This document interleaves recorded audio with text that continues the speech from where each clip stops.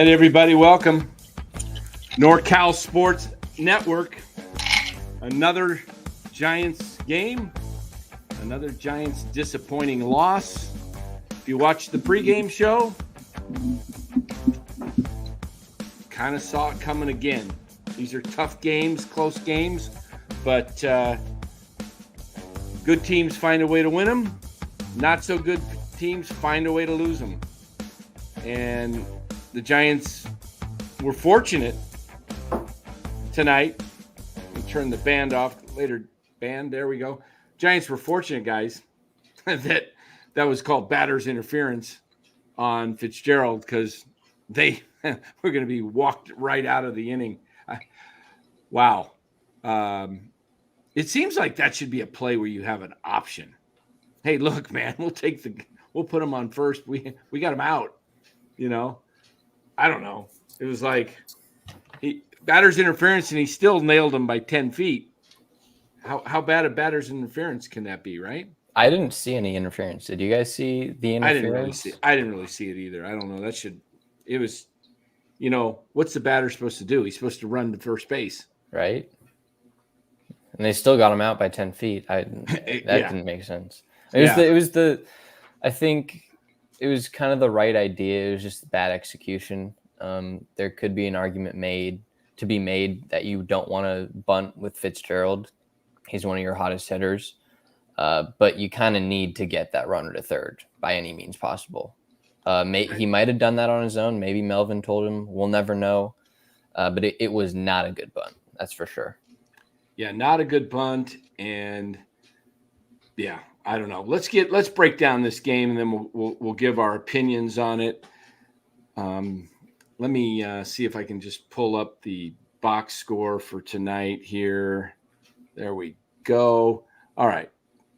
By the way, guys, thanks for joining NorCal Sports. We are here on YouTube, coming at you live, also on X, formerly known as Twitter. We're on Spotify, TikTok, Instagram, Apple Podcast. What else am I missing? Facebook. Yeah, just catch us out there. And if you would, hit the like as you watch the show. Maybe, Bora, we can run a ticker on that down at the bottom. Hit the like button, everybody. Mm-hmm. It does help us out. We really would love to increase our likes. I know some of you guys don't like what I have to say in here because I pick the Giants to lose certain times. And it's not because I'm hating on the Giants. I'm just calling it as I see it. If you want to go be a homer, there's plenty of other places for, the homer shows, but this isn't one of them. We're baseball guys, all three of us, and we try to call it like it is. We're Giants fans, and we want to see the Giants do well, but we also are not going to sit here and, just blow smoke at you and tell you that the Giants are just so wonderful, like Robert Rothberg. Hey, man, if I went with Robert Rothberg's predictions every night, man, I would be – and if I bet on them, I would not be sitting here right now, guys. I would be somewhere out in the streets in a cardboard box. Robert would have them at 162-0. They would never lose. Yes, Red. I got you. We need to talk. Maybe we'll send the link out if you're here at the end. Have you come in on the show? We're not going to go super late tonight, so have you come back into the green room and we can discuss tomorrow morning, as that woman you see right there at the bottom will be joining me live tomorrow on the new 8 a.m. game plan show, What's Hot in Sports. So anyway, I got you covered there, Red. So what else where was it? Oh, we're going to go to the box score, guys. Let's just cover the game. Let's cover our stars of the game, our standout performances. Game recap. It was the Braves scored 2 in the bottom half of the second inning. I'm trying to remember the sequence. Do you guys recall it? I remember Soler hit a bullet off the one hopper to the wall. That thing got out there fast. Well, in the top of the second, Laureano hit a home run to right. Oh, that's right. Laureano hit the home run to right to make it 1-0. And then they scored another run later in the inning when Soler, didn't he double somebody home? He doubled when Merrifield scored. That's right. Merrifield scored. Then the Giants got one back on a Tyler Fitzgerald home run. He got a hold of that one, man. He really got that one. And that made it 2-1. And then in the top of the third, Travis d'Arnaud hit a deep shot to left down the line that stayed fair, making it 3-1. Giants got another one back in the bottom of the third to make it 3-2. What happened there, Bora? Bottom of the third was the Fitzgerald home run. Bottom of the second, Patrick Bailey grounded out. That's right. The grounder to second base, yep. and then that's right. And then Fitzgerald, I got it reversed. Thank you. So that made it 3-2 on Fitzgerald's homer. It remained that way all the way to the bottom of the eighth when Lamont Wade scored from third base on a wild pitch by the pitcher Pierce Johnson or whatever his name is. And that tied it up. And then we went to the ninth, nobody scored. And then we go to the extra innings, and the Braves get a seeing eye base hit ground ball just out of the outstretched glove. In fact, it went off Casey Schmidt's glove. Had he fielded it cleanly, there might have been a play at the plate. I don't know if the runner at second would have tried to score or not, because Schmidt was in a very awkward position to get up and throw if he would have grabbed that. But it went off his glove. Braves scored. And you know what? How about Iglesias coming in, shuts him down last night in the 10th, does the same thing tonight. That's the kind of closer you need, guys. A guy that can take a guy on second base, the ghost runner, and not let him score 2 nights in a row. Wow. Impressive. So it's good to have that stability at the back end of your bullpen. Yeah.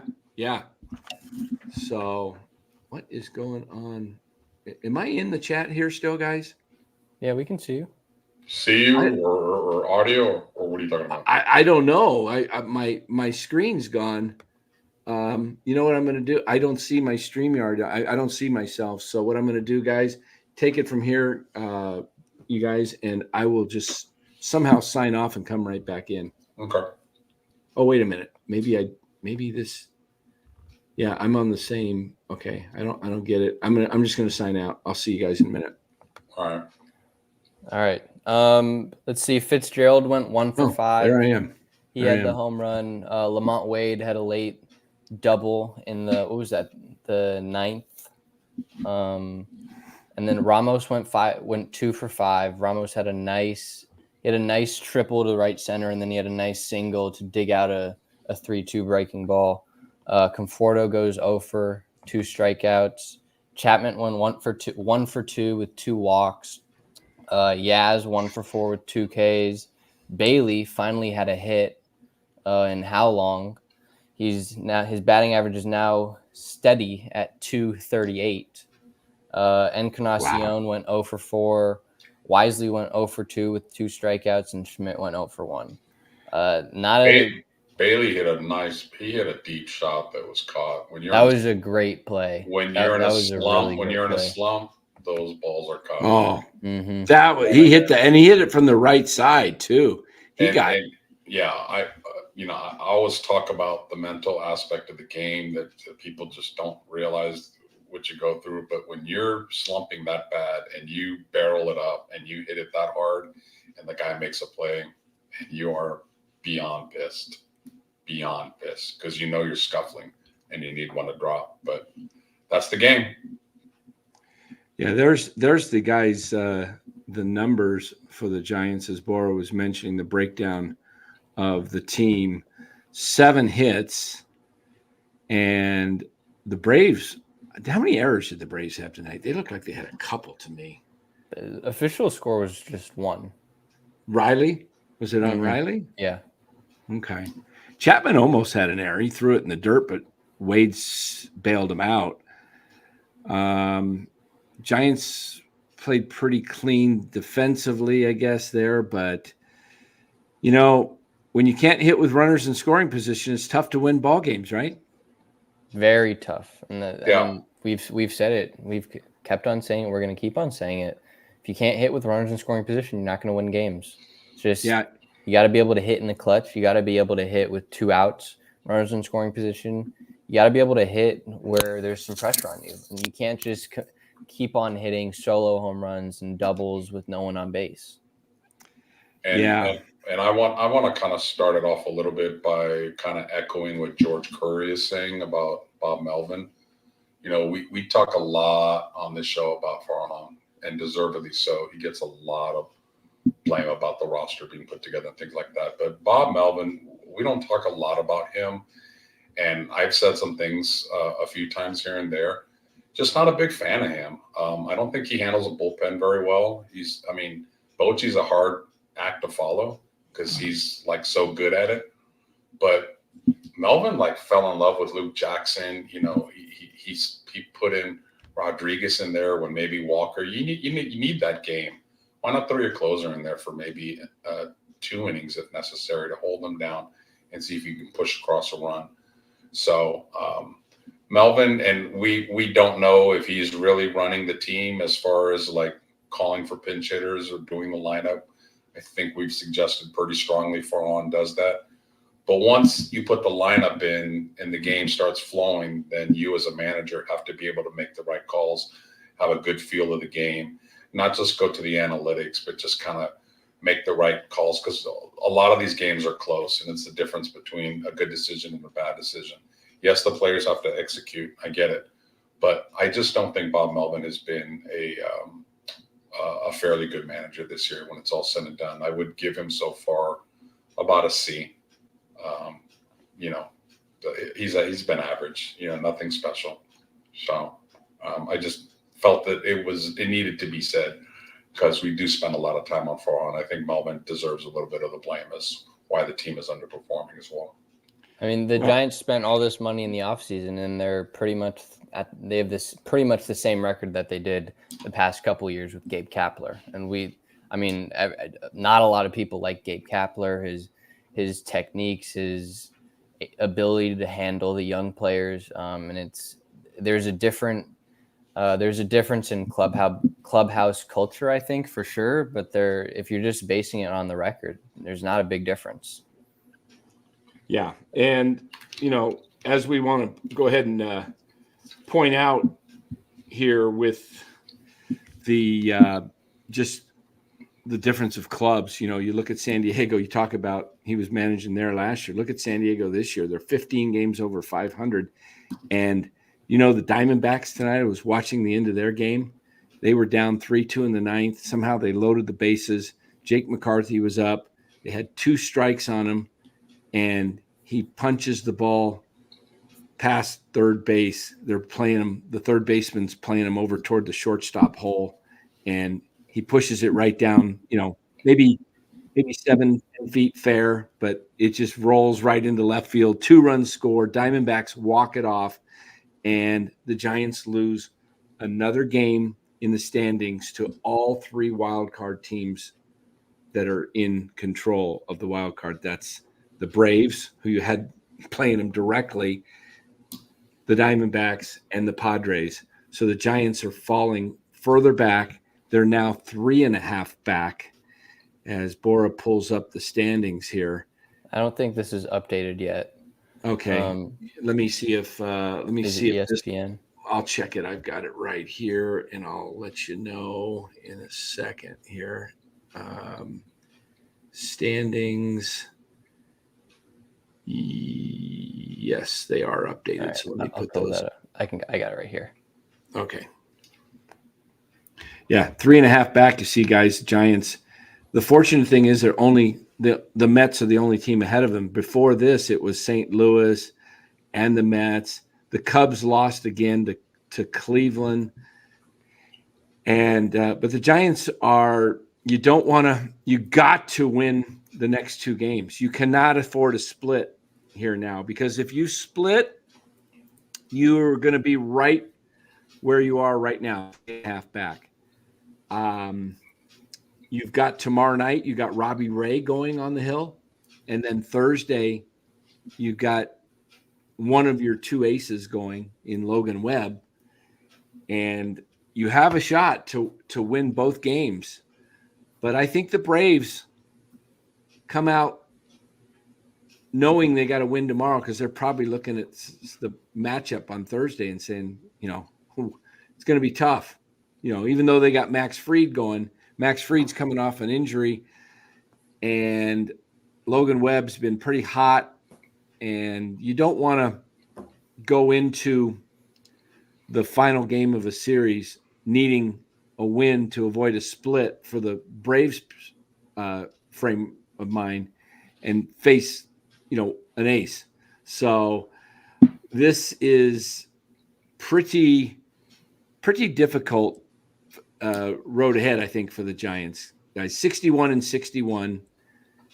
Remember what we said last week, Bora? Said you had a great road trip. Now don't come home and do what you normally do, and that's you do the opposite. They lose on the road, they win at home. They lose on the road, they win at home.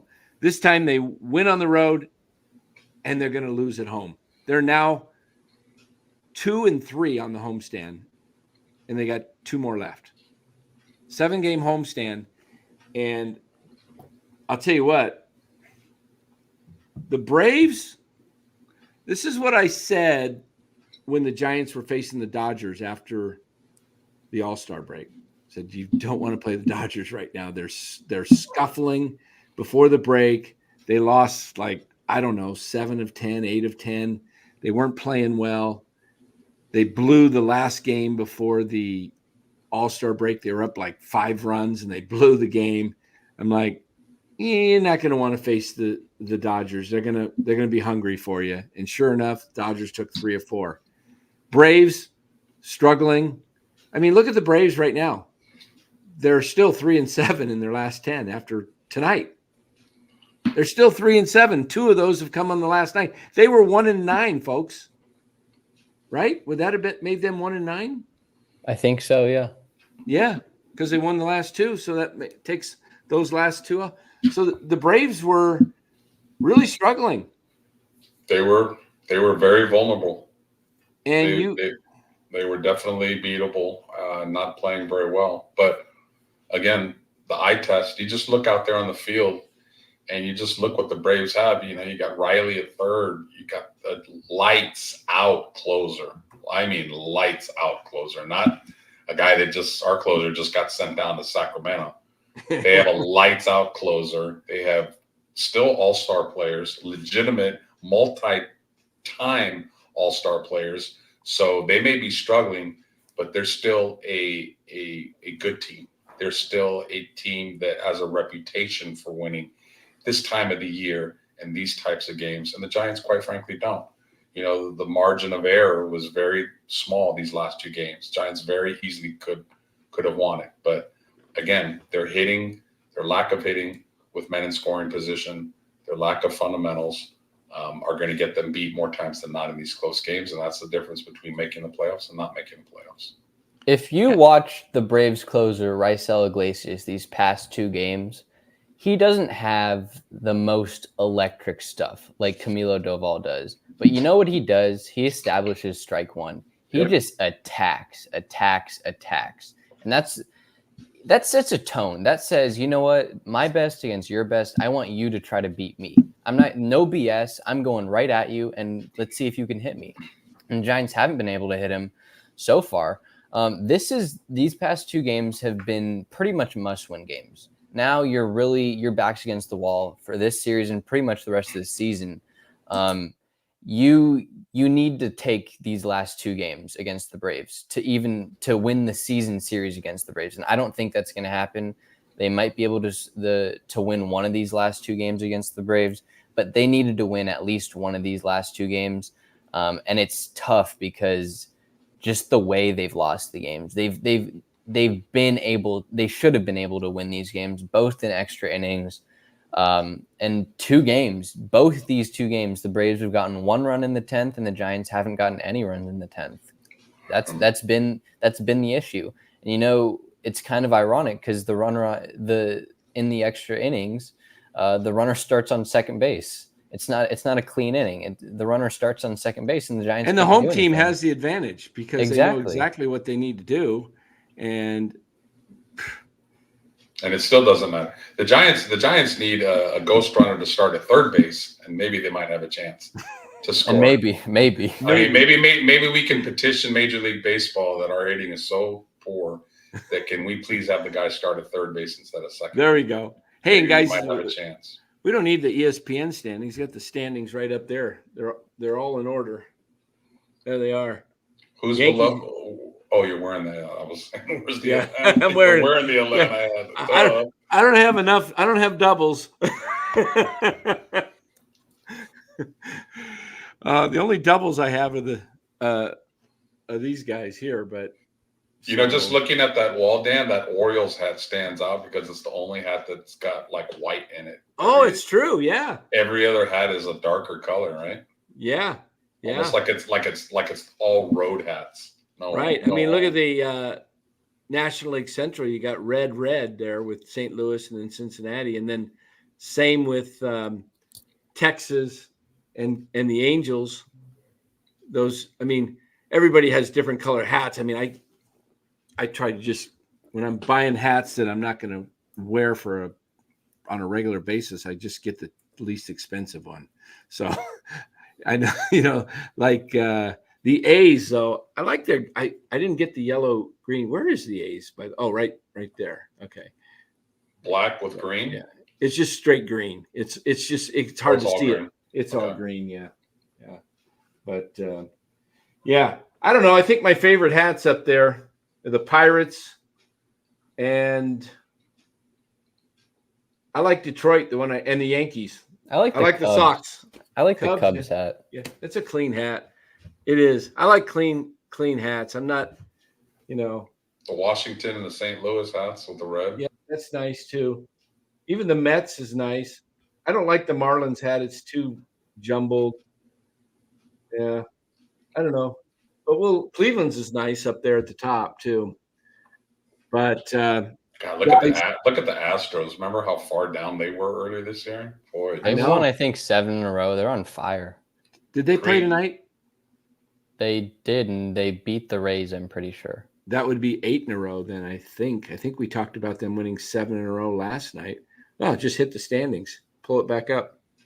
Oh, you got that one's the one you got in the bottom's old, right? No, that's it. Astros 7.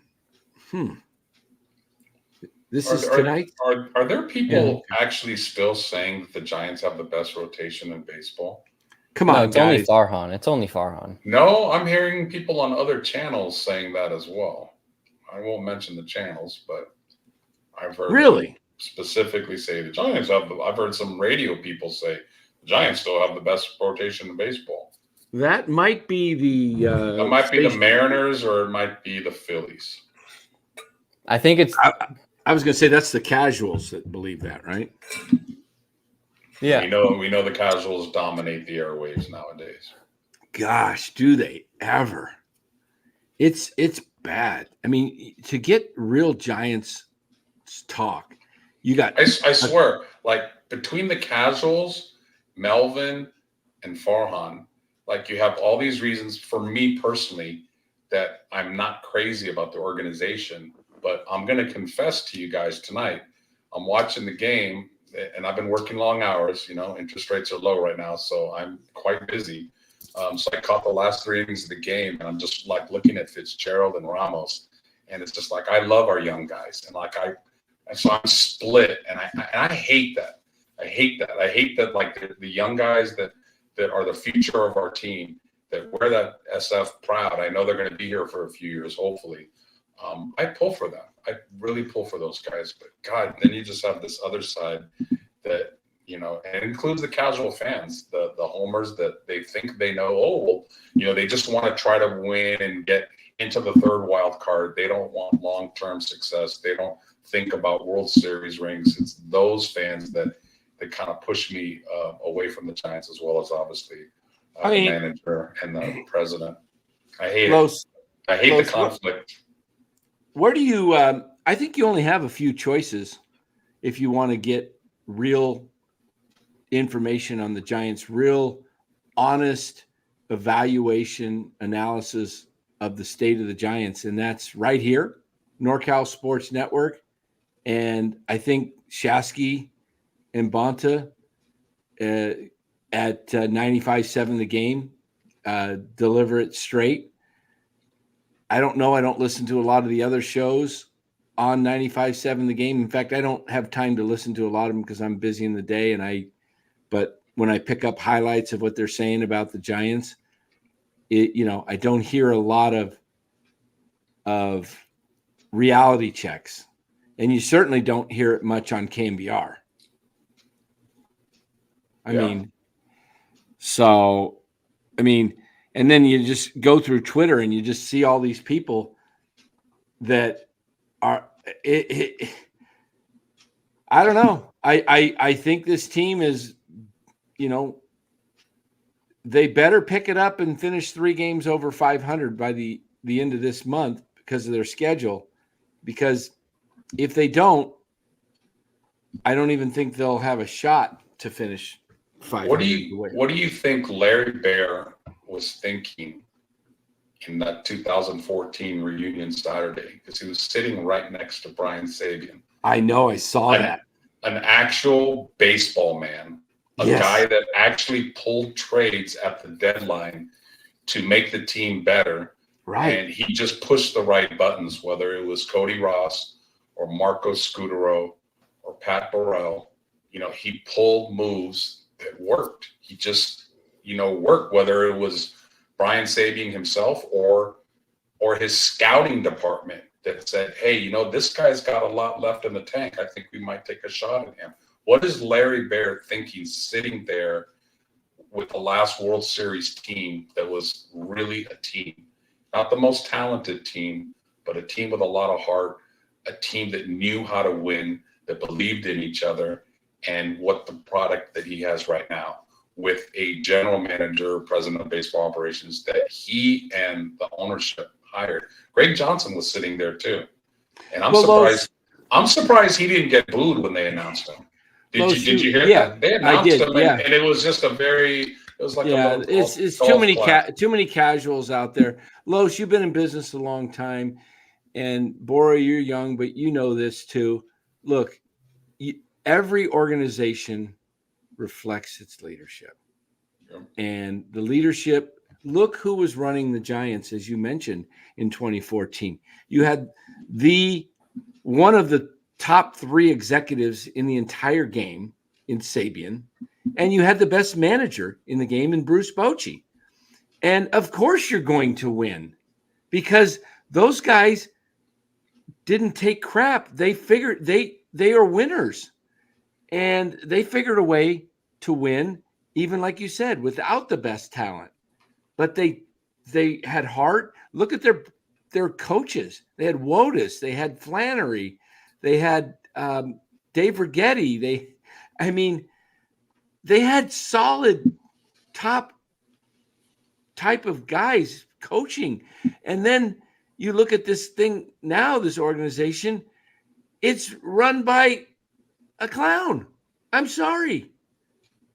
Farhan is like, he looks like a guy that just, left the meeting from, B of A board meeting and is like, okay, guys, we're going to really buckle down here and we're going to tighten the bootstrap. And, I've got one move I'm going to make at this trade deadline. I'm bringing in AJ Pollock, and he's going to be really good in the clubhouse.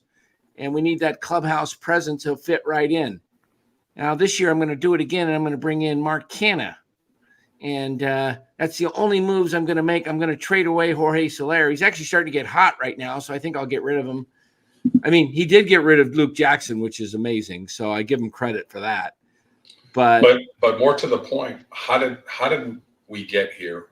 Where did Larry Baer come on? And nobody's held him accountable as well. Nobody's asked him any questions. He's been at a few of these press conferences when they introduced Jung Hoo Lee, and some other things. Nobody wants to ask Larry Baer what was his reasoning in the front office's reasoning for going away from leadership. None of the press does. Slusser, Baggerly, none of them. They don't ask questions. I just don't get it. We just went away from good baseball men. They're all part of the problem. The media, the beat writers hanging around the Giants, they're just blah, mush. And they don't ask any tough questions.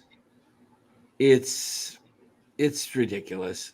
Everything happening over there at Third and King, the front offices. I told you guys that I see this thing the way it's going is you don't win anything with Farhan as long as he's involved as the front man. If he's behind the scenes and you want to make him your whatever operations guy of analytics, and he has no say, he doesn't have the power, but he can provide the information to give to a guy like a Bruce Bochy to say, okay, hey, I like this information. I'll keep it in mind and I'll use it if I need it. Maybe, but I think I'll go with my gut instinct over, this everything you've typed out here. Okay. If a lefty is pitching in the 8th inning and it's Wisely's at bat, doesn't matter how Casey's doing, he plays. It's and if we're facing a righty and if Casey's 3 for 3 and Wisely's on the bench, we're bringing up Wisely. It's just like Asif, it's a total organizational meltdown. It starts with Johnson. Farhan is there. It's Melvin. It's the players not executing. It is really a total organizational meltdown. Like I said, Farhan gets a lot of the blame, but I was hard on Melvin tonight, and will continue to do so. So, I mean, they just need to improve all the way through. They just do. The fans deserve it. The good, hardcore, long-term Giants fans deserve this team to be back where it once was at some point. And it starts at the top. Top and trickles down. It does. We haven't talked about Kyle Harrison tonight yet. He goes 5 innings, 6 hits, 3 earned runs, 2 walks, and 6 strikeouts. Not a bad start. Not a horrible start. Not a great start either. It's kind of been what he's done this whole season. Nothing too great, nothing too bad. Is that considered a quality start? No, 6 innings, 6 innings and 3 runs. 6 innings. Okay. How many pitches did he throw? He threw 89 pitches, so he probably could have gone another inning if he wanted to, but he didn't. To me, just looking at Kyle Harrison throughout this whole season, I'm not that impressed. He had been their number 1 pitching prospect for a couple years. We've heard about the fastball. We'd heard about the curveball, slurves, whatever you want to call it. And it hasn't been that impressive to me this whole year. I want to pull up something. This is Kyle Harrison's last start, or not last start. This is one of Kyle Harrison's starts last year. It was his home debut against the Reds. Just pay attention to the stuff, pay attention to the velocity, and pay attention to the mechanics, and see if you can see the difference between last year and this year. Is this up? No. All right. Yeah. All right. There we go. Here it is. Can I play the volume or no? What? Who's talking? It's on Twitter. It's off NBC Sports. How long is it going to be? Just play about 15 seconds. Don't play more than I'll play it without sound. I'll play the whole thing. Okay.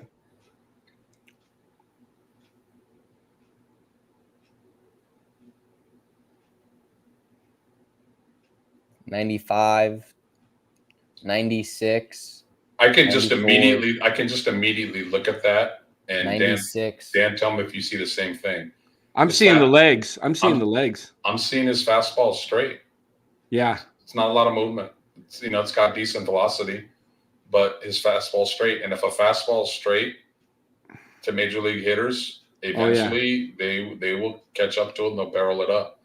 I want to see. That was last year? This is his home debut last year. Yeah. Well, I wish I could see him pitch right now because I'm looking at his mechanics and I want to compare his mechanics with that outing versus what he's doing now. Do we have anything of him now? I'll try here. We'll play this through and then I'll try to pull something up. Yeah, because I'm watching his front leg, I saw that too, yeah. The power, he's pushing off of it really, really hard, but it's a little straighter, which is what, when his foot lands somewhere else, not as straight, he throws it outside, it looked like. Mm-hmm. I'm going to try to pull something up from this year. When you think of number one prospect, you think of a guy that just has number one prospect equals like lights out electric stuff. Does Kyle Harrison look like he has electric stuff, or does it look like he has good stuff? It looks like he has good stuff. What can he do? What can he improve? What can he do to improve as a major league pitcher? Does he need a fourth pitch? I think he needs to add a pitch. I think he needs to Isn't he using the changeup a little bit now this year? I don't see it. He's actually used the changeup quite less last season. He needs to use the changeup more. Baseball Savant earlier. It was last year. I think his changeup usage was about 17%. This year it's at about 10%. So I think he does need to use that changeup a little more. Here, this is from this year. Okay, I want to watch his mechanics here. I want to see how they compare. This is what probably his best start this year too. I'm pretty sure this is from this year too. Is it? Yeah, it is. Okay, let me watch closely, see if I pick up anything. The guy I've been waiting for is still Wisenhunt. More I read about him, and you hear what Cody has to say, who watches minor leagues very closely, and what scouts have to say, that his changeup is so lights out that he could be telegraphing it and telling you, "Hey, I'm going to throw a changeup," and you still can't hit it. Are we going to see him this year or not? No, I don't think so. No. Is he hurt? I think he's been injured, but someone said that he's making a rehab start. I think within the next couple days. I did see that. Okay. Hey guys, we've got about 160 or so here in between the chat and over on Twitter. Make sure if you're watching, if you would just go ahead and hit that like button, that would help the show out as it gets things out. And the show, as you see at the bottom of the screen there, guys, sponsored by Secure Money at 888-960-SAFE and Flex Funding 925-250-4894. We'll keep that scrolling at the bottom. If you need help in any of those areas, interest rates are coming down. As you heard Lo say, he's getting swamped. So take advantage of it. Getting busy. Looking here at, we got anything interesting from the chat that has anything to say to us? I see Meckler's been mashing in AAA as well as 6 RBIs today, according to Kitchen Handy. Kitchen Handy will be at the game tomorrow. Tomorrow night. Kitchen Handy is going to be. If I can move it up here. Say hello to Marco for me. Yeah, you're going to be able to talk to the players right there. Kitchen Handy's going to be sitting right here tomorrow night, guys. Actually, a little bit closer to the dugout. That arrow's on seat 8. Go toward the dugout, and it's the first 4 seats. I don't know if we can blow this up. No, we can't. Okay. But Kitchen Handy will be there tomorrow night. Lou will be there. Lou will be the 4th man. He's the anchor of the relay. Lou Marston will run the final lap in the 400-meter relay tomorrow night, along with Kitchen Handy and Kitchen Handy's wife and 3-year-old son. In fact, can you pull up Twitter and let's play something on my Twitter there, Bora. I reposted something and we could play the sound. This made me think of Kitchen Handy's 3-year-old son going to be at the ball game tomorrow, going to be on the field with batting practice with the Giants, all because Lou Marston made it happen. And I saw this clip of this little 3-year-old that Yaz handed a baseball to down at Dodger Stadium. And, this is what baseball, which makes baseball such America's pastime, is. Watch this, guys. Play the sound, too. By Mike Yastrzemski for this young man. This is what it's all about. Look at that reaction. Yeah, all fired up, got the smile. Really, that's just a cool move by Mike Yastrzemski. That's awesome. I just got a ball for Mike Yastrzemski. You know, it's funny. Like, that kid will remember that for the rest of his life. He will. Like, I mean, it's. Oh, and he's going to share the ball. That's it. I bet he's got a new favorite player. Mike wasn't his guy yet. Glove taps it. That's awesome. That's cool. That's really cool. I mean, we get on some of the players sometimes, but most of these guys are really cool guys. They really are. We get on them because they fail, 75% of the time for the most part or more. In some cases, it's 78%. They're hitting 220, right? But you know what? If they can bring that up to 8% and just fail only 70% of the time on a consistent basis, you know where they're going to end up if they finish their career hitting 300? They're going to be in the Hall of Fame if they get enough at bats, get enough hits to hit 300. Because I don't know too many 300 hitters that have, close to 2,000 hits that aren't in the Hall of Fame, right? So, who is leading the hitting league in leagues in hitting right now?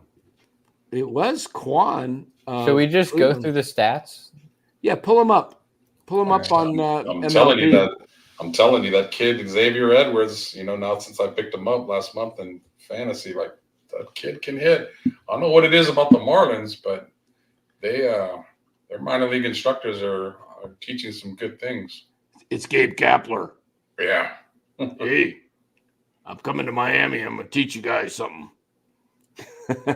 Bobby Witt. See if we can blow that up. It's a little blurry there. There we go. Bobby Witt is hitting 347.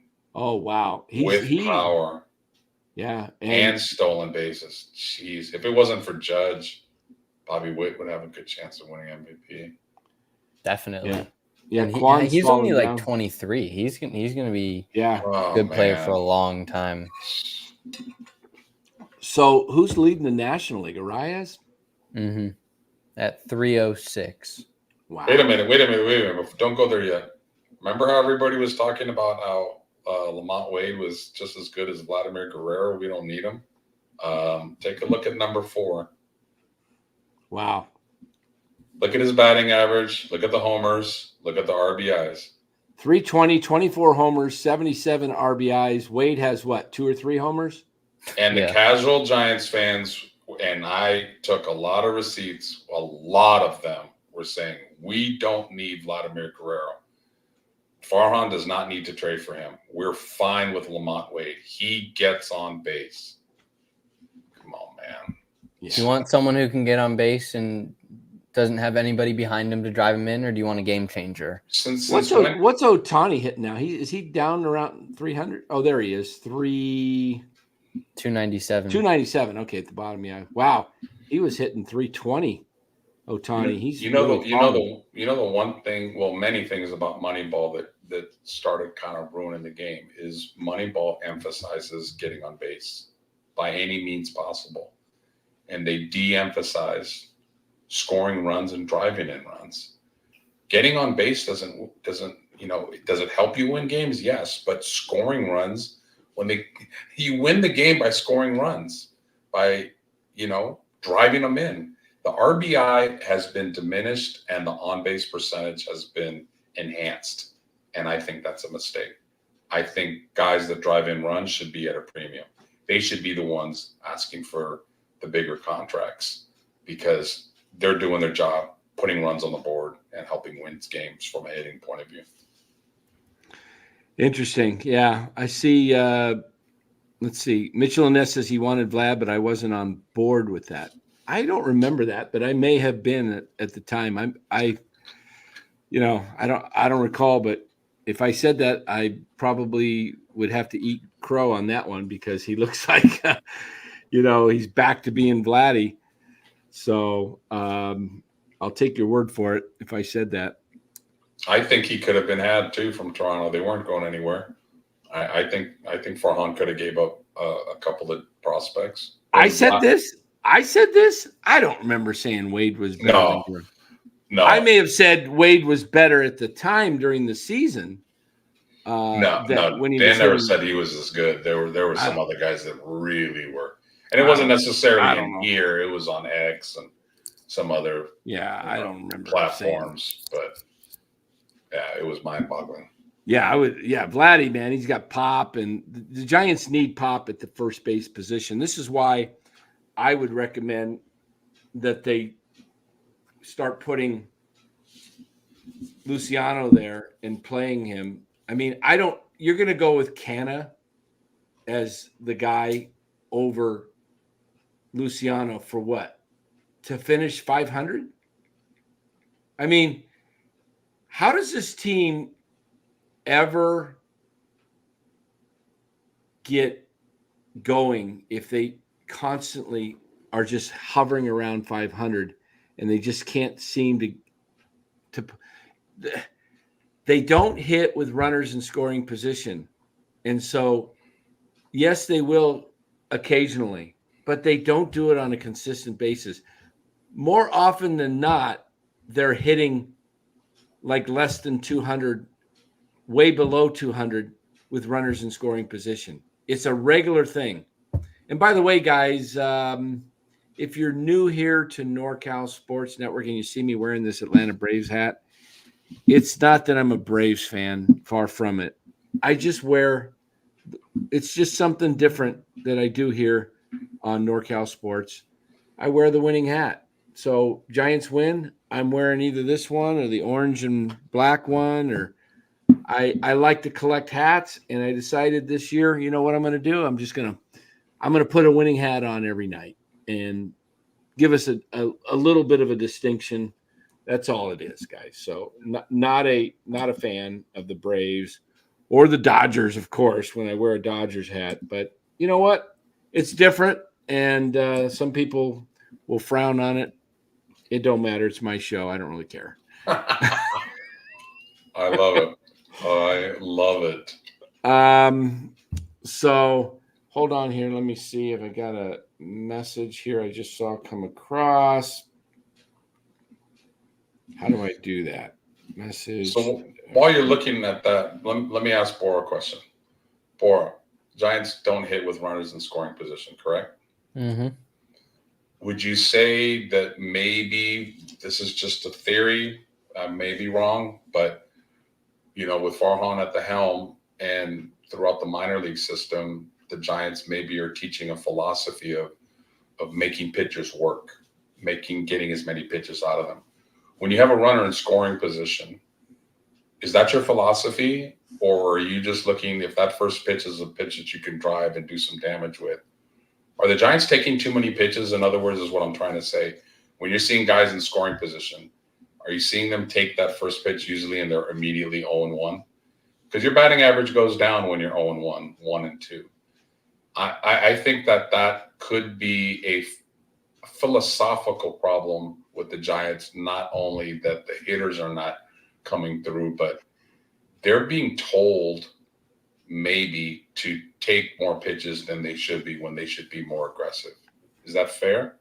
I haven't been paying close enough attention to the individual pitches. I will, now that you mention it, I'll look for that. I think, though, the real organizational philosophy is that they don't have an offensive philosophy. You don't see them. They can't hit with runners.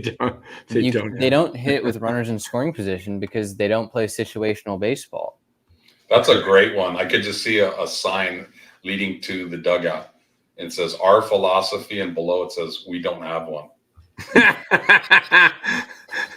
That's great. That's We great. don't. When's the last time the Giants had a runner on second, runner on second, and you just saw a selfless at bat? It was just, you're going to take your bat out of your hands and move the runner over for the team's sake. When have you seen a bunt to move the runner over to third? When have you seen a line drive or ground ball to the right side to move the runner over? You haven't seen it because they don't. I don't know if this is just an organizational philosophy either, but it could just be an MLB philosophy that's really popular. The 3 true outcomes. It's the home run, walk, or strikeout. A lot of hitters just want that home run. They're just going to go for it. And they're not going to take it at bat to at bat.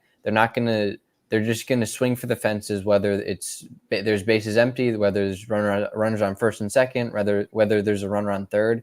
And I think that philosophy has to change, just because the Giants aren't a good offensive team. Everybody whether you're in support of the Giants, whether you want Farhan fired, if you're a fan of the Giants, you can be realistic and you know that the Giants aren't a good offensive team. When that happens, you need to be playing for one run at a time. You can't, if you're the Braves from last year who set a record for home runs and was on an offensive tear. I think like 6 or 7 of their players were all-stars. You can afford to just not have a philosophy and just go for the fences every time, because you have the players and you have the all-stars to be able to carry you. When you have a team like the Giants do, with a couple above average hitters but pretty mediocre hitters from top to bottom, you have to play for one run at a time. You have to play run by run by run. And if you get a runner on second, I would love to see a bunt to get the runner over and then a sacrifice fly. Play the situation. Don't just play the home run or play the double. Play the actual situation that's unfolding in front of you. Especially when it's close games like that. Exactly. Because the biggest problem with this, the thing is, your pitching can carry you. You have good enough pitching to where if you score a couple of runs a game, you have a chance to win the game. You don't have to score 5 to 6 to 7 runs a game to win. You can score 2 to 3 runs and win a game. If with that, all you have to do is score 2 runs a game, score 3 runs, score 4 runs. You're going to get that occasional home run, but play for the individual run. Get a runner in scoring position and move them over. Play selfless baseball. Yeah. So it's safe to say, guys, the last 2 decades, 20 years, the Giants have really not had much team speed. I would venture to say in the last 20 years, I don't think they've even been in the top half in stolen bases. They've always been in the bottom half. Is that fair to say? They don't emphasize team speed. Yeah, and they don't emphasize team speed, athleticism. They get slow guys. They get guys. So our philosophy, we don't have one. Let me read something to you. I took a picture of this, and I forgot to mention it the other night. It was during a recent game, and it's really depressing. It says power outage. The last 30 homer season by a Giant player was Barry Bonds in 2004. He hit 45. That was the last Giant to hit 30 homers. Wow.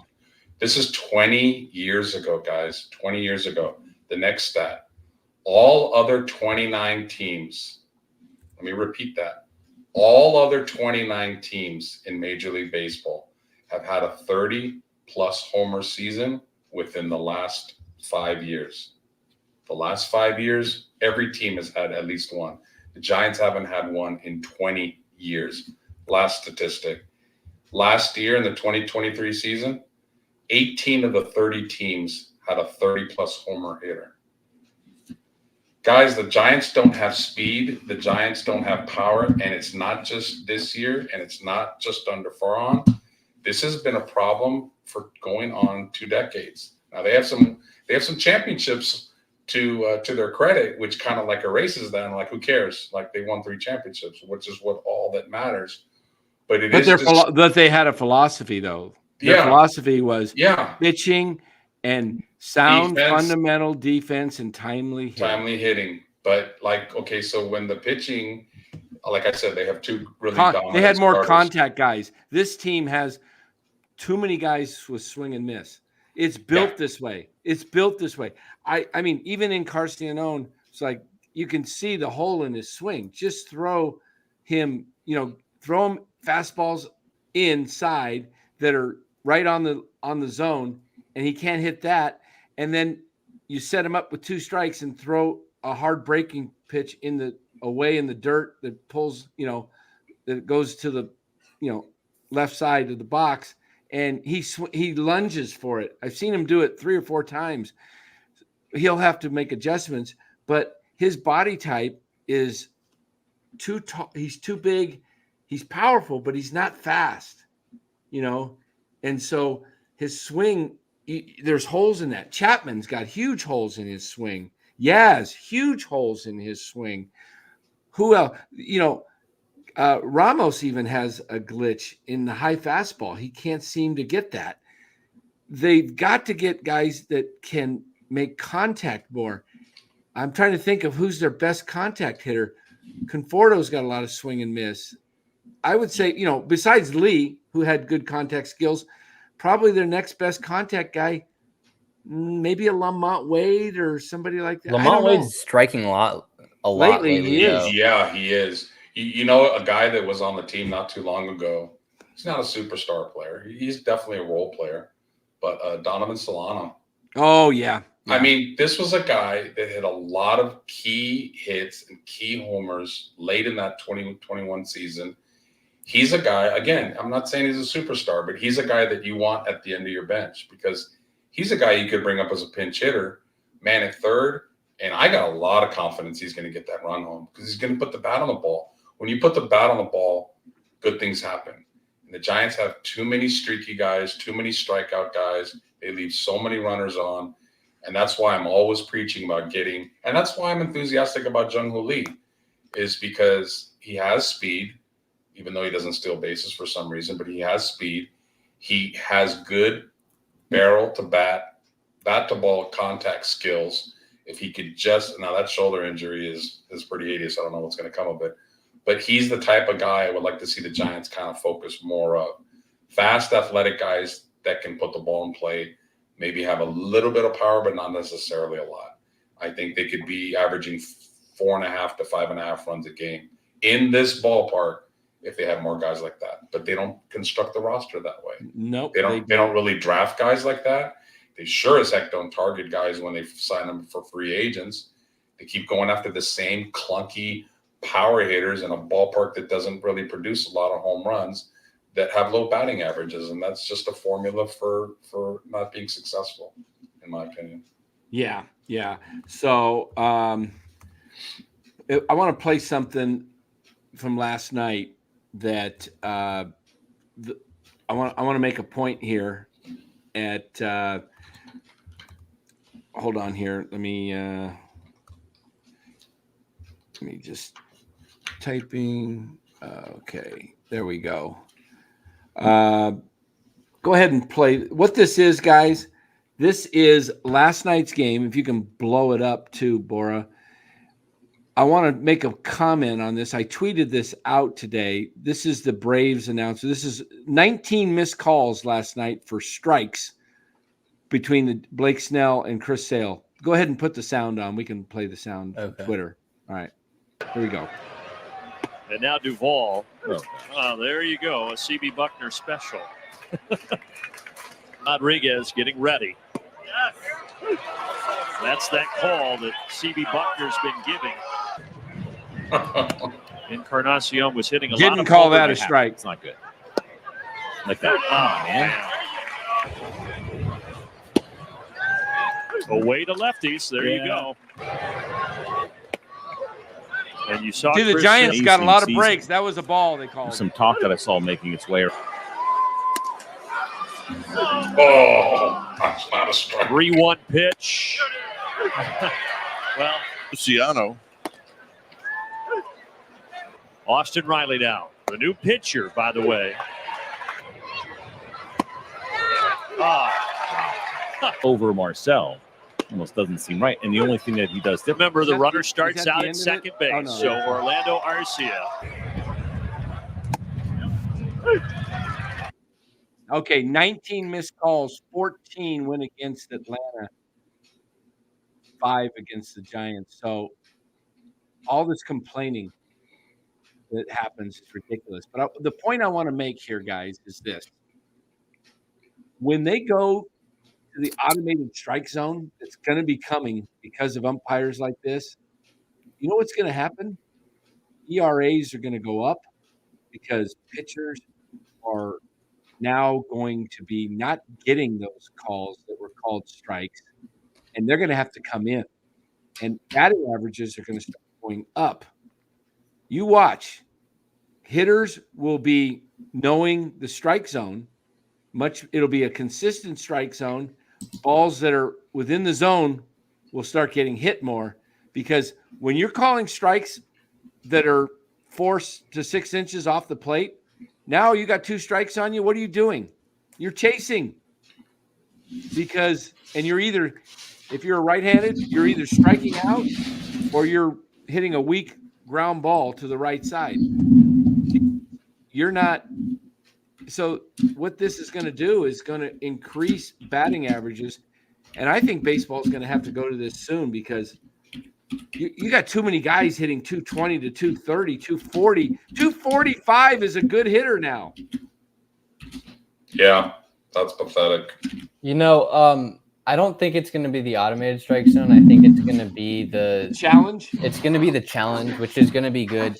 But if you watch that video again, it's majority of those calls are on the outside corner. And you can hear the Braves announcer say, there's that outside corner from lefties that CB calls. I'm all for umpires being held accountable, but at the same time, hitters have to adjust. I mean, if you know CB Buckner or an umpire is going to call that pitch a little bit off the zone on the outside corner, adjust. Don't just take it and start whining. Foul it off. Go swing at it. I mean, stop just complaining and whining and being like, oh, there's nothing I can do. Actually go after it and see what you can do. I mean, I agree that some of those calls were completely egregious and shouldn't be called strikes. And I think the challenge system is gonna hold these umpires accountable, and it's gonna make the bad calls a little better. But I mean, you can't just blame umpires for everything. I mean, baseball's been played for how many years? Over 120, 30 years. And it's never gotten to the point where it has up until now. I mean, hitters and pitchers, they worked with the strike zone. Dan, Los, and me, we've all played baseball. It was an inconsistent zone always. Yep. It's not just that box. It's the umpire's preferred strike zone. Right. I mean, maybe that's good, maybe that's bad. But I mean, at some point, hitters are going to have to adjust. And I mean, if you see an umpire that's consistently calling that outside pitch a strike close to the zone, you're going to have to adjust. I mean, that you can't just not swing at it and let it be called a strike. Yeah. Yep. Exactly. Check the private chat, guys. Let me know what you think. No, that's spot on. As a hitter, if you have an umpire, and I don't know if it ever happened to you in your day, Boro, but back in the day, there were umpires sometimes that didn't stand behind the catcher. They would stand behind the pitcher calling strikes. Yep. And if you had an umpire that liked balls low, you had, and you saw that, if you're paying attention to other hitters besides when you go up to hit, you have to know he's calling that and you have to adjust. Baseball is a constant game of adjustments, inning to inning. So that's a great point. Hey guys, we're going to play something. We've got a new show here on NorCal Sports Network for you guys that are live on the Postgame show. Obviously you're live because you're watching us now. What a great comment that was by me. Well, you might be watching later possibly. So, but if you're watching this, we have a pregame show now, 30 minutes prior to the first pitch of each game. So 6:15 tonight because the game time was 6:45. So we'll be here every night before the first pitch, 30 minutes prior. Okay. And we started this on Sunday, and today was day 3. And I'm going to show you a short clip of tonight's pregame show. And when we come back, this is about 4 minutes. We got some good things we want to share with you. We're gonna change a little direction here. So take a look at this, guys.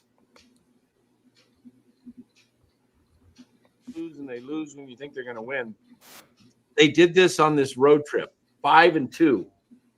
And they come home and they have a chance to sweep Detroit, and they blow that game 2-1, or in the final 6-4 on Sunday. 5-4.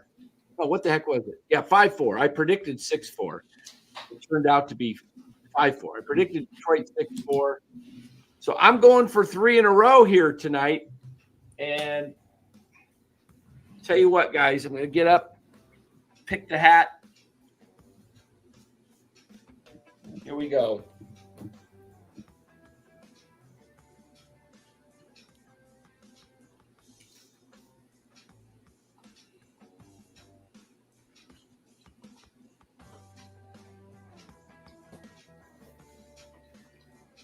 Hate to do it, but this team, Atlanta's been playing bad baseball. They're starting to pick it up. I think it's a 5-3 win tonight for Atlanta. 5-3. Atlanta wins tonight. Sorry to do that again, but this Giants team is just what they've been all year, roughly a 500 team. Robert, it's not a question of my confidence. I don't base any of my predictions on how I am, with my heart. I try to make decisions with my head. And so this is why I'm picking Atlanta 5-3. I could be completely wrong. Let's hope I am. Let's hope I'm wrong and the Giants get back in the winning ways. I think the Giants could win the next 2 after tonight, I think. We'll see. But I know you guys are keeping receipts on me. Robert says Giants 7, Braves 3. Ryan says Giants win 5-3. We'll see who's got it tonight. Any other predictions in the chat before we get out of here? First pitch is 3 minutes away. So I don't see any other predictions. I thought I saw a Braves prediction in there from somebody. But, guys, we're going to end it right here. 11-2. Oh, 12-11. Tommy Huxley. 12 Braves. Tommy, if Braves win 12-11, you come back in here after the game for the post-game show at approximately 9:30. If Tommy Huxley nails the score, Braves 12, Giants 11, I'm going to do something special for Tommy Huxley. I don't know what it is yet. I might drop a C note or something for him. I don't know. We'll do something crazy. If Tommy Huxley's right and the Giants or the Braves win 12-11, he's going to win a prize. That's an outrageous prediction. And if he comes right, that'll be something. But guys, we're 2 minutes away from the first pitch. Let's get out of here. We'll root this Giant. Okay, guys, we're back. So hold on here. I got to make sure I got the right one. Which one am I using? Okay. There we go. I wanted to make sure I didn't hit the wrong StreamYard and close this show down. So, guys, that was earlier tonight. We'll be back tomorrow night. We're also here in the morning, 8 o'clock, a new show, a 15 to 20-minute show. Tomorrow, Red Jet Shell will be joining me at 8 o'clock. Don't want to miss that. Getting some female power in here. We're gonna take it to a new level. We got to get more females involved in NorCal sports. There's a lot of female sports fans. Please, let's get some females up in here. Yeah. There was a lot of females that knew their baseball at that Cubs game. Wow. They knew ball. She says, I got to be prepared for this assignment. Oh, it'll be good. It'll be fun. So, guys, we're going to go for another 10 minutes or so, 5-10 minutes. Let's go in a different direction. We've got over 160 watching. Stay with us. Lots of stuff happening on the Niner front. I'm expecting – I was watching the Krug show tonight. He had a guest on from Pittsburgh, and they were talking about Aiyuk. They think it's going to be a deal done going to Pittsburgh. This was a few hours ago. I chimed in right away, and I said this on Larry's show Saturday night after the Titans-Niners game. I think Aiyuk stays with the Niners around 27 to 28 million. And I even threw out, I think it's about a 4-year deal, 110 to 120 million with about 80 million guaranteed, 77 million guaranteed for Amon St. Brown he got roughly 30 million a year, but only exactly 30, 77 guaranteed. I think Aiyuk gets a lower AAV, but a little bit more guaranteed than what St. Brown got. That's just my gut. So I think it happens. It's imminent. I think it happens. Could happen when we wake up tomorrow. It could happen within 48 hours. I don't think it goes beyond that. I really don't think Aiyuk gets traded to the Steelers. I may be completely wrong. I just think if he wanted to go to the Steelers, he would have been gone. Or if he wanted out of the 49ers, he would have accepted another deal. What's the difference between the Patriots and the Steelers? He would have accepted that Browns deal probably. Yeah. I wish he would have. Oh, that was if the Niners could have gotten Amari Cooper in a second and a fifth. That was but are these deals you think really real, or are they being just leaked by the Niners to try? Oh, I think that Browns deal was real. I'll tell you a deal I heard tonight Browns that wouldn't be bad. Would be trading him to the Jets and getting a draft pick back, and Hassan Reddick, who wants out of there. Man, could you imagine Reddick coming from the edge along with Bosa and Floyd? They need help on the edge for sure. They're a little light back there. And you know who just went out is Kalia Davis.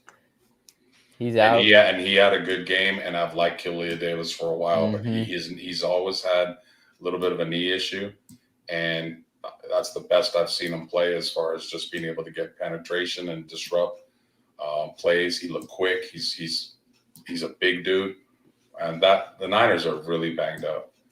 This narrative with Aiyuk is just, it changes by the day.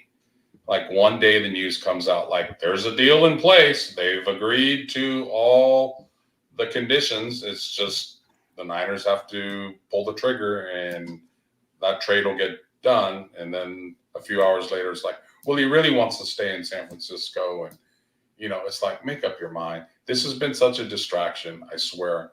The second they walked off the field in Las Vegas, I said to myself, shit, that was such a golden opportunity they missed to win a Super Bowl. And Super Bowl hangovers are absolutely real. I've seen it too much, and it's already starting this year with distractions. Because once Aiyuk finally gets settled, now we have another problem. Trent Williams, because he has to be the highest paid offensive lineman at every given moment. He could sign tomorrow and be the highest paid tackle, and another guy will sign a week later, and he'll go back to holding out because he has to be the freaking highest paid player in football. That's just straight ego, and honestly, in my opinion, straight garbage when you're trying to win a Super Bowl. And by the way, if you want to hear more of this rant, I'll be on with my boy Ryan Hensley tomorrow, 9:30 a.m. It's going to get nasty tomorrow morning. But you might have some Aiyuk news tomorrow morning to wake up to. Yeah, I hope so. Los, do you think Aiyuk signed with the Niners? Yeah, when it's all said and done, he'll be here. But But I hear a lot of rumblings that him and Shanahan have really gotten into it in some of these private meetings. That first of all, you got to understand, and people know how I feel about Shanahan, but you just got to look at the guy. There's just some players that kind of kiss up to Kyle, and then there's guys like Aiyuk who does not. Aiyuk made it very clear he was very disappointed in the game plan. He only got 3 targets. They went to Debo a lot against press coverage. What did Aiyuk say the second the Super Bowl was over? Don't forget what got you here. So that kind of started it a little bit, and then his family got into it, blah, blah, blah, blah, blah, blah. But I've heard from inside sources that work with the Niners that Aiyuk really, really let his feelings know that he feels like he should be more of a number one option. And it's tough on this team because they have so many options. It could be CMC that beats you one day. It could be Kittle. It could be Aiyuk. And Aiyuk doesn't know what he wants. Do you want to be a guy that gets 140 targets and the number one option on your team? Do you want to be the highest paid wide receiver on your team? Do you want to win? It seems like he's confused about what his priority is, because I've never heard him say in the offseason, I want to be on a competitive team. I've never heard him say that. I did hear him say, I want to be paid more, even though you have a year left on your contract. And let's look at it this way, Los. I want to be traded. Yeah. By the way, Trent Williams has no guaranteed money in his deal. That's part of why he's holding out. That's the biggest reason he's holding out is he doesn't have any guaranteed money. So if he goes down, he's cut. He may never get. He's wanting to get guaranteed money for next year. Didn't he sign that agreement agreeing to that? Well, at the time, what happens is they sign these deals and the whole contract's not guaranteed. So when you run out of the guaranteed portion of the contract, then you still have you're in year 4 of the contract, and you get so much money, you're getting 20+ million for the year, but it's not guaranteed. They can cut you at any time. So it's just the difference between NBA contracts and Major League Baseball contracts, NFL contracts. That's why the big thing is guaranteed money. That's why the Kirk Cousins contract was so huge, because he signed a huge contract, like 85 million, whatever, with the Vikings, and it was all guaranteed. And most contracts are not guaranteed, so it hurts. But let's get back to this thing with Brandon Aiyuk, because you're making a point that I'm going to counter. Yeah. Aiyuk, it's all about negotiating. He's not going to come out and say, I only want to play for a winning team, because then now it's like, okay, the Niners know they got you by the, yin yang, because they're like, well, call your bluff. You want to get traded. You want to go to New England? You want to go to Cleveland? You want to go to Pittsburgh? You want to go to Siberia? Where do you want to go? Because, you're here and you say you want to be on a winning team. We've been to the Super Bowl 2 of the last 5 years. We've been to the NFC Championship, 4 out of 5 years or whatever it is, something like that. Or I don't know what the number is. I can't think right now. But I think all these guys, him saying traded is all about posturing. He's listening to his agent. His agent's giving him advice. Sometimes he might go off script.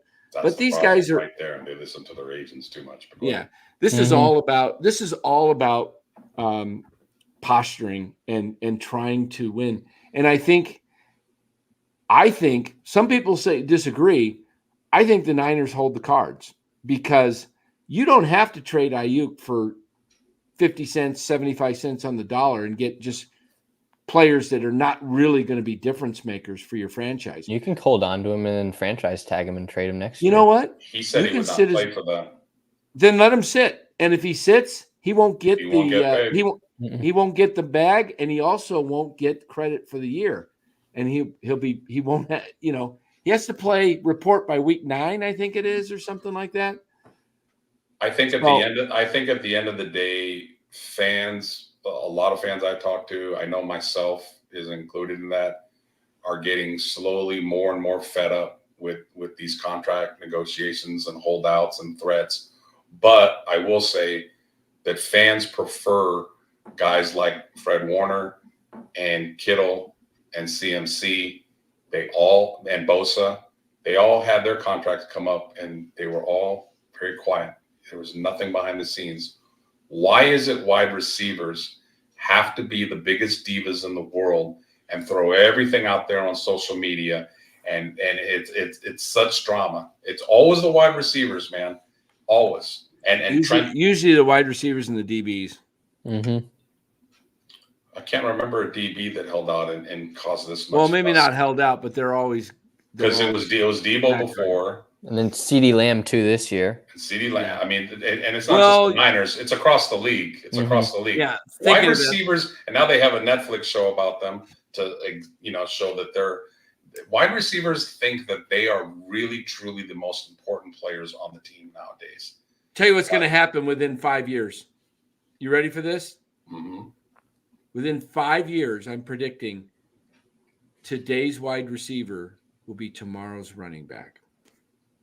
You think it's going to go back to a running league? No, I mean the contract. It's going to be like, look, there's so many good receivers coming out of college. We don't have to pay you guys like running backs get paid nothing now because they're only good for about 4 years. And that is exactly my point. There's so many good wide receivers. Absolutely, because you know why? Because the college game is no longer the wishbone; it's all pro offense, and so these receivers are developing, and the high school game's now going to pro.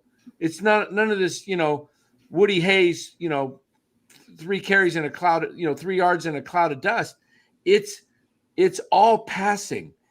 It's all the way down to the lowest level. You're seeing quarterbacks being developed at 8, 10 years old that are being like, okay, I'm going to be a quarterback because, and look, how many years was it when we talked about the black quarterback? It was James Harris, Randall Cunningham, and a couple of others, right? Because there was a stereotype. Doug Williams. There was a stereotype. Now we know that the quarterback, you play your best athlete, and we know that a lot of these black guys that are playing are superior athletes to some of the white quarterbacks, and they are changing the game with speed. And so quarterbacks people want to play quarterback instead of just playing running back, and the money's all at the quarterback position, right? It always will be. So here's what I see that's going to happen is it may not, but I think because of how many great wide receivers came out last year's rookies? About a half dozen, 10 of them, 6 to 10 of them. Look at your fantasy teams. Every year. And they're getting better and better. And so what's going to happen is I would be like, okay, I'm not going to pay these guys for 5-6 years. I think what's going to happen. Remember how the running backs used to be the number one position that got paid? Yeah. It was always the running back. Now it's the quarterback and the wide receiver and the right tackle, right? And the edge rushers. You don't see DBs getting super paid. But the skill positions, there's so many of them that the receivers, I think, are going to have an issue. I don't know if it's 2, 3 years or 5 years, but there's going to come a point where there's such an overflow of wide receivers that it's like, well, we'll just pay you on your rookie contract and then we'll let you go. Let's just let you go. That's what you should do, in my opinion. I think you can almost, you know what? This is controversial. I'm going to say something super controversial. Love it. Do it.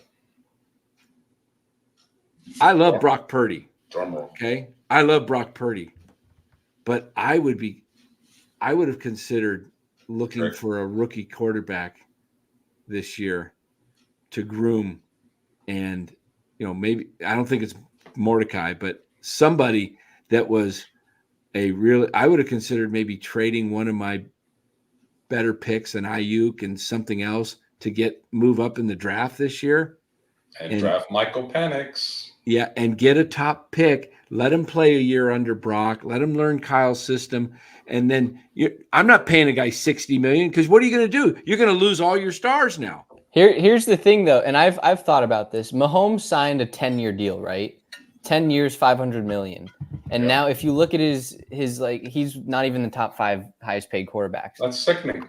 And all these quarterbacks now, they're signing 4 to 5 year deals. It's all in that range. That's the market now. The receivers, quarterbacks, it's that 5-year range worth, I don't know. Well, I mean, what did Tua get? You get 5 years, like 250, something like that. I would be okay with paying Brock $60 million if we could get him for a guaranteed 10 years, because then you're thinking a little bit outside the box, because then the market is going to keep on going up. But if it's going to be 80 million in 5 years. If you have him for 10 years, then after those first 5 years, he's going to be a bargain. No, I don't think. I'll tell you what's outside the box. Remember what I always say about on the base. I don't know if you can do it in football. Somebody correct me if I'm wrong.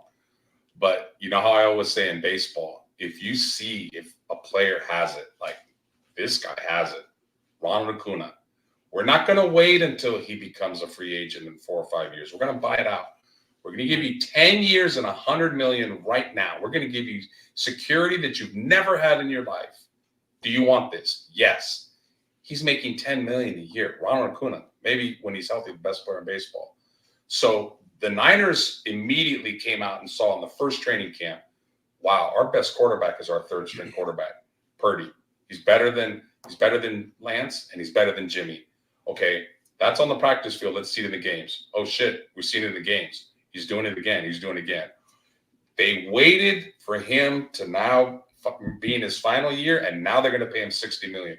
What if 2 years ago, could they do that? No, I don't think they couldn't. I don't even think they can buy out now. You can't buy that. Okay, so you can't do that in football. They can't even negotiate with him. Okay, I was going to say that's going outside of the box. Okay, scratch that. Okay, so let me go to my backup point. If the Niners had drafted better, they would have more leverage against these players that are holding out. Let me give you an example. They drafted Javon Kinlaw when they moved back a spot. I was begging, I was pleading for them to draft Tristan Wirfs. Yep. Yeah, Tristan begging Wirfs. for them to get him. And they had to draft an unknown guy with bad knees to replace Buckner, who they just traded, instead of just taking the best player on the board. If they had Tristan Wirfs on the board right now, they would tell Trent Williams, thank you very much. You're going to go in the Hall of Fame. If they had Trent Williams, they would have a Super Bowl. That's Trent Williams, your personal recognition is you going into the Hall of Fame. By the way, you played a shitty Super Bowl. You're not going to get extended. You're not getting any more. We gave you plenty of money. You've made $210 million in your career. Brandon Aiyuk. Isn't it funny how since Mike McDaniels has left the Niners, when Mike McDaniels, and I always advocated getting rid of Kyle and moving McDaniels off, and people laughed at me. Mike McDaniels couldn't win with the Niners. Why not? The Niners still have the same talent. Ever since when Mike McDaniels was here, they drafted Aiyuk, Debo, and Jennings, because he was in that coaching room saying, I like these guys in the draft room. His voice was heard. Since he left, they've drafted Ricky Pearsall, Danny Gray, Cowing is his name, the 4th round pick? Cowing.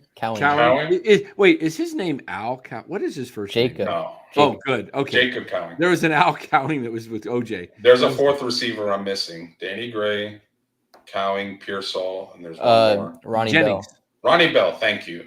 Yeah. Not exactly Debo, Aiyuk, and Jennings. So if this year, I did not like Ricky Pearsall at all. I thought Ken Coleman was better. I thought Xavier Legette was better. I thought Malik Washington picked in the late round, who's ironically with the Dolphins, was better. If you had a stud, who did Kansas City? Kansas Worthy. City moved up to? Did they pick him Worthy right before the Niners? One pick before? Not right before, but a little bit before. No, a couple picks. Was it? They moved up. Was it before or after? It was before, because the Niners were picked number 31, and didn't the Chiefs move up? Let me look. When did they move ahead of the Ravens? Because I was wanting Wiggins. I wanted Nate Wiggins, who the Ravens drafted. Oh yeah. Truth be told, I wanted the Niners to take JPJ, the center from Oregon. Oh, I wanted him too. Mm-hmm. I wanted to fortify the offensive line. I totally want. to fortify, but that Shanahan does not prioritize the offensive line. So that's Dan. While you do that, I think. Do you guys think if Aiyuk gets traded away that the Niners are Super Bowl contenders? Because I don't. I don't think with Debo and Pearsall as their top 2 receivers, I don't think they're going to be able to stretch the field. I mean, no. Purdy doesn't have a big arm to begin with. I mean, you saw in the Super Bowl, Debo was getting locked up. He can't. He's a gadget receiver, and we don't know who Pearsall is. Aiyuk is the true route running specialist receiver that he's pretty much the only receiver of his type that the Niners have. Did you like the Pearsall pick? I'm not. The thing about the NFL draft and drafts in general is we don't know enough about these guys. It's just college tape.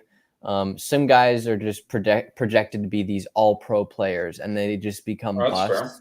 So I'm not gonna judge the pick personally. I didn't really know who he was. I don't really pay attention to the NFL draft too much. I thought the guy was going to be worthy, but then the Chiefs pulled up because look, they got their burner now. They got their burner.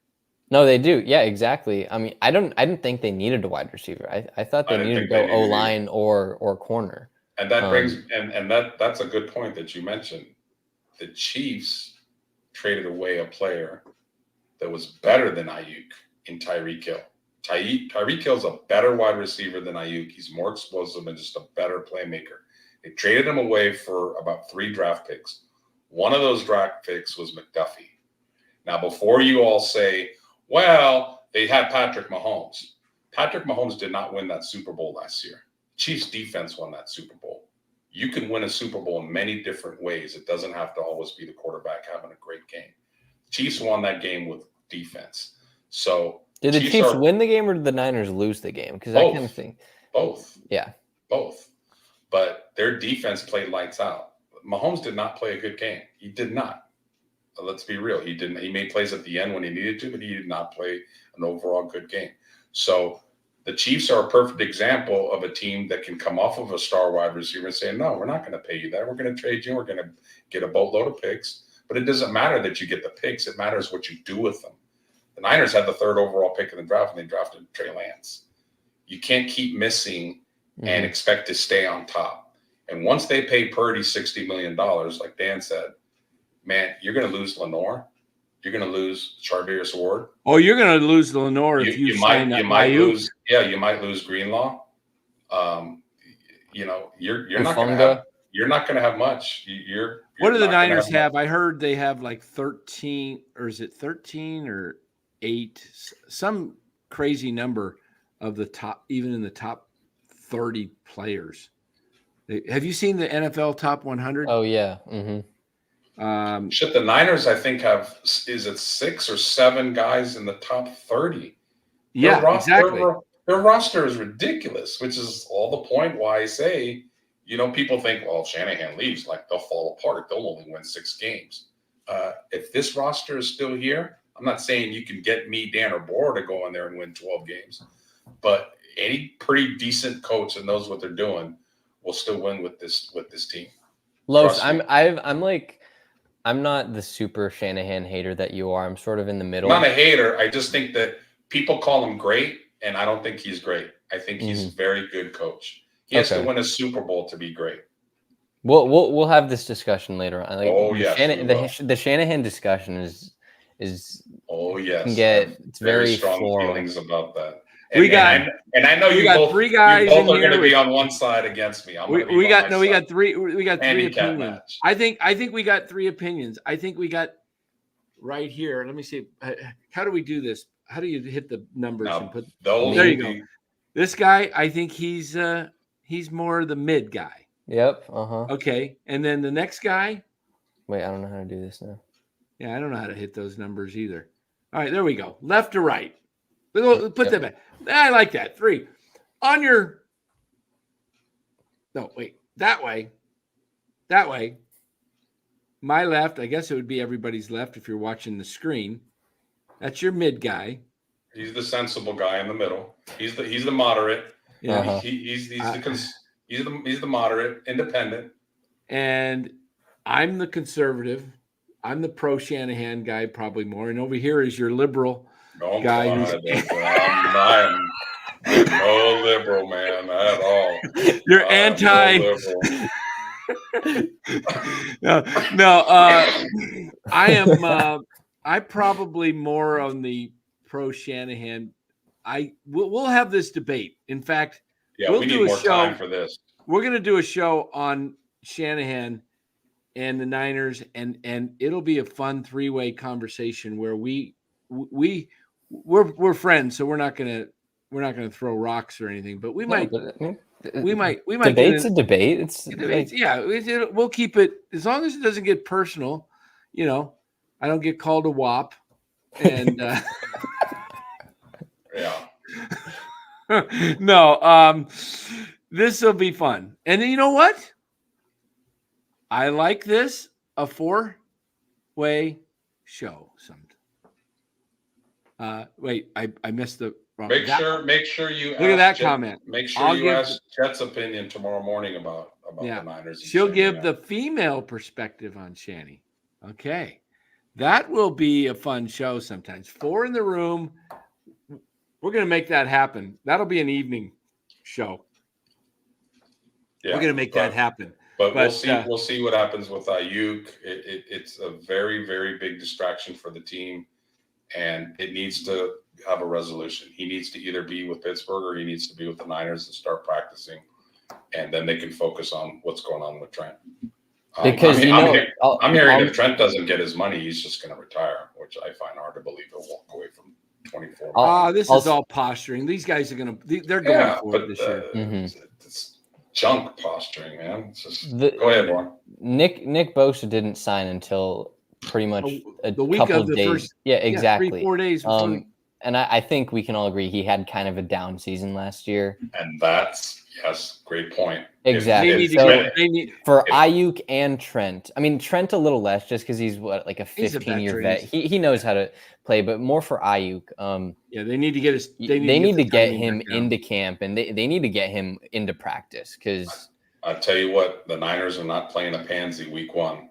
They're playing a very good defensive line, and if Trent's not at his best, and you got 3 other positions that are on the O-line, Purdy's going to be in trouble. He's going to be they need to get this thing all game long. Short up. Need to get it short up. No, most definitely.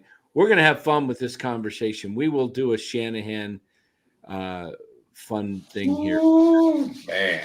Yeah, I know most is fired up with that, guys. We are right here, guys, and we want to thank you guys for joining NorCal Sports Network. It's a sports network.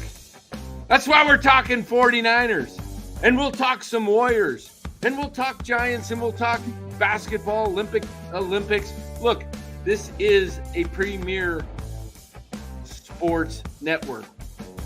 I bring on guys that know sports, okay? No casuals, no, we're not doing the casual thing, okay? So we have opinions, and we're not always right, but we try. But guys, hit that like button if you would, please. Hit the like button, hit the subscribe button. We appreciate you being here. This woman right here, she'll be with me tomorrow morning at 8 a.m. Good luck to the Jet tomorrow morning. Knock him dead, girl. Mm-hmm. Hey, can you put the link in there?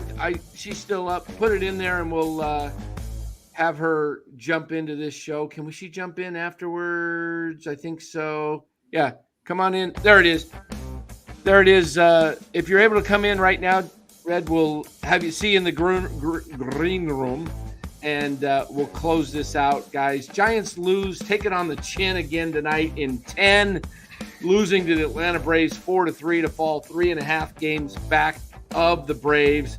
There's something like, I don't know, what are they, 7 back roughly of the Diamondbacks and Padres? I think so. Because they're 15. They're 15 over both those teams. What are they over? Take a look at that. Why? Behind the the D-backs and Padres, they are 7.5. 7.5. Yeah. Yeah, 7.5. Yeah, 15 games over 500. Giants are 500. That makes sense. Okay, so if Red, if you're able to come in to the chat, that will be great. We can plan for tomorrow a little bit. And guys, thanks for joining again. Tomorrow morning, 8 a.m., and then tomorrow night, 6:15 for the Giants pregame and 9:30 for the postgame. We will see you guys tomorrow morning, 8 o'clock. Thanks for joining NorCal, everybody. Have a great one.